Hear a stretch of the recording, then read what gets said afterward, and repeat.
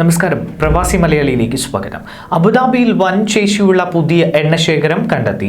Abu Dhabi കിരീടാവകാശിയും UAE സായുധ സേന സർവ്വസൈന്യാധിപനുമായ Sheikh Mohamed bin Zayed al ന്യാഹ്യുവിന്റെ അധ്യക്ഷതയിൽ ചേർന്ന ഓൺലൈൻ യോഗത്തിൽ UAE സുപ്രീം പെട്രോളിയം കൗൺസിലാണ് ഇക്കാര്യം അറിയിച്ചത്.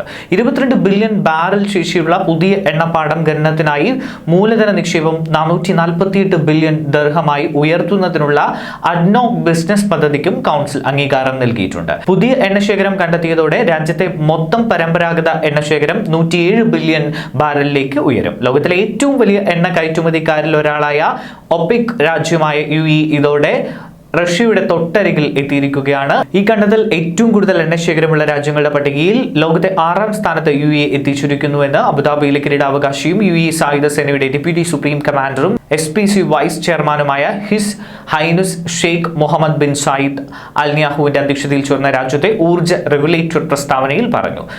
അഡ്നോക്കിന്റെ പാരമ്പര്യേതര എണ്ണ സ്രോതസ്സുകളുടെ കണ്ടെത്തലിനെ കുറിച്ചും പരമ്പരാഗത എണ്ണശേഖരത്തിലെ വർധനവിനെ കുറിച്ചും അഭിപ്രായപ്പെട്ട് His Highness Sheikh Mohamed bin Zayed UAEയിലെ ഹൈഡ്രോ കാർബൺ കരുതൽ ശേഖരം രാജ്യത്തിന്റെ നേട്ടത്തിനായി അൺലോക്ക് ചെയ്യാനും മൂല്യം വർദ്ധിപ്പിക്കാനും അഡ്നോക്ക് നടത്തുന്ന നിരന്തരമായ ശ്രമങ്ങളുടെ നേട്ടമാണ് ഇത് എന്നും പറഞ്ഞു. ന്യൂസ് ഡെസ്ക് പ്രവാസി മലയാളി.